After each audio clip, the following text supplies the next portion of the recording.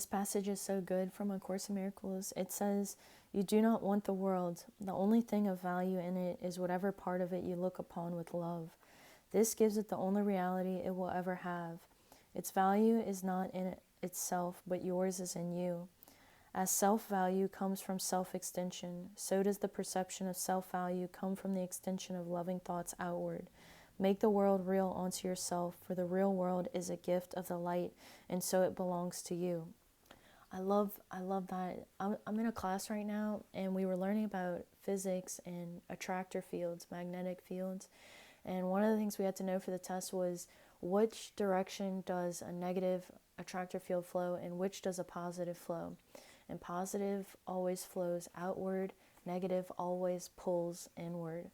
And it just reminds me of like, it's like you've ever been in a room like somebody really light and bright, they walk in, their smile lights up the whole room. And that's because they have positive attractors flowing outward, like they're expecting good things to come. They believe that you're beautiful because you are. They know the truth. And negative attractor would be a negative person walking in the room, and you could feel this like tension in yourself, or you feel like, no, I don't really, there's something about this person I'm not sure about. And that's because, we perceive the world as we are, so that person may have negative thoughts about you, and that might be why you don't like them. So I think it's funny. I like reading this book only because I can relate it to the physics and the biology. I don't know if I would enjoy it as much. So that's why I share some of it with you, because a lot of the times in the book it's talking about light or darkness, and either choosing the ego, a place of fear, or a place of love, which is relaxation in the body. We either experience in those two states relaxation or tension. And if you look into the nervous system, we have those two sides of the autonomic nervous system, the rest and digest, or the fight or flight. So I think it's beautiful as I read through the book. That's how I'm interpreting it, through the lens of the biology. It says, "As self-value comes from self-extension, so does the perception of self-value come from the extension of loving thoughts outward." And I think that line is so beautiful to me because it reminds me of forgiveness, in that someone asked a question not long ago that I thought was very intriguing. They were like, how do you know when you've forgiven someone? And,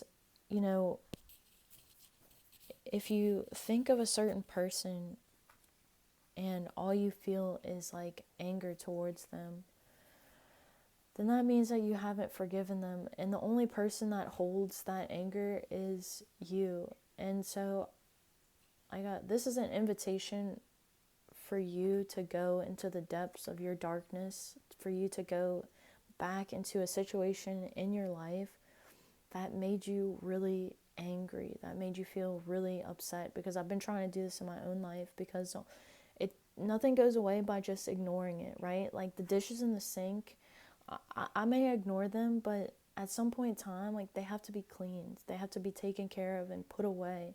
And otherwise the sink is just gonna pile up, the garbage is never gonna be taken out. So it's like cleansing your psyche. That's what this book is about. And so the invitation, like I said, is for you to go back into a situation in your life, or to go back to a certain person who really brought out sides of yourself that you're not so proud of, or that you're still not really okay with. And just to, like, there's a line in this book, it says, "Can you imagine how beautiful those you forgive would look to you?" I love that line. I think it's so beautiful because, you can love someone from a distance and, never see them again, or never want to be in their presence. And, that is so beautiful, because you are clearing the space in your mind for a pathway of love, instead of being in anger or resentment. Again, this is something that I'm dealing with a lot, so that's why I just want to share it, because we're just in the midst of spring. This is the midst of the new year, and there are so many good things that are being planted, and so much room for growth through summer before we get to that winter season again next year. So I think it's an important time to like think about like what way do you want to move forward in this year. And I have such a difficult time with change. I'm actually moving out of the house that I am currently in, and it's bringing up a lot of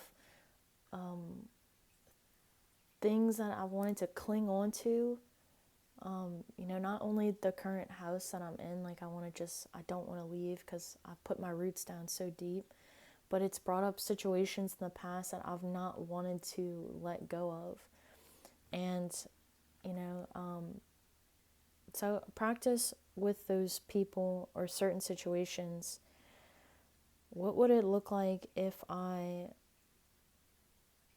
felt love for them? Like, how would I feel in my body if I sent them my relaxation and my relaxation and my calmness instead of like the anger or the tension or the wanting to change things? It's just an invitation for you. Again, if you're the only one who suffers if you are unable to forgive someone for whatever they did to you. And it can be hard sometimes. But, you can do anything that you want. In quantum physics, Joe Dispenza talks about how we can go back and rewrite the story of what happened. So, like, with any situation, you can decide that you can decide whatever you want it to be, that version of you. Like, you're so far away from that version of you, but you could go back in time into that place of anger and frustration, and you can go right now as you can go give that version of you a long hug, and you can go tell that person, like, I know you're experiencing this anger and this frustration, and I want you to know that it's okay to let go. And it's okay to feel this, because like when those emotions come back up, it's just like an opportunity to experience, I want to give love to this version of myself, Every time you get angry, that's an opportunity to meet that version of you with love. It's like split personalities. Have you ever seen, like in psychology, it's one of the things that is so fascinating to me.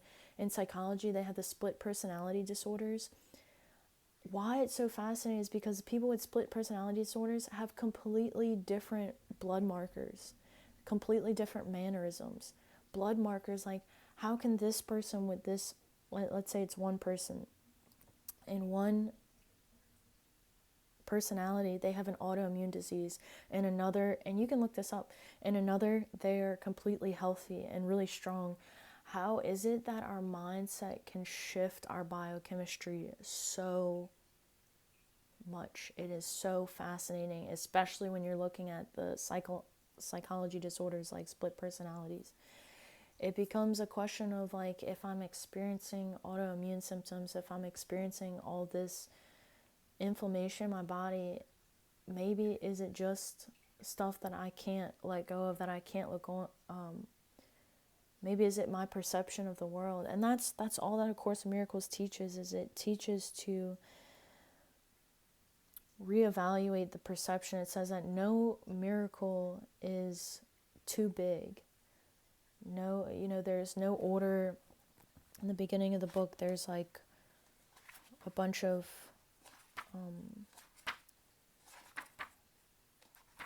what it says, principles of the miracles. There is no order of difficulty in miracles. One is not harder or bigger than another. They are all the same. All expressions of love are maximal. And that's so beautiful, because it's like, man, if I want to wake up tomorrow and experience a whole new day, like, that can happen. My biochemistry can shift and change. And whoever I was 5 minutes ago, like Alan Watts says, I'm not obligated to be that same person. And when you look into the biochemistry of it, like the cell, we're not the same person at all. From moment to moment, we are constantly changing. And epigenetics proves this with mitochondria. When we can boost our mitochondria capacity, we can override the nuclear DNA.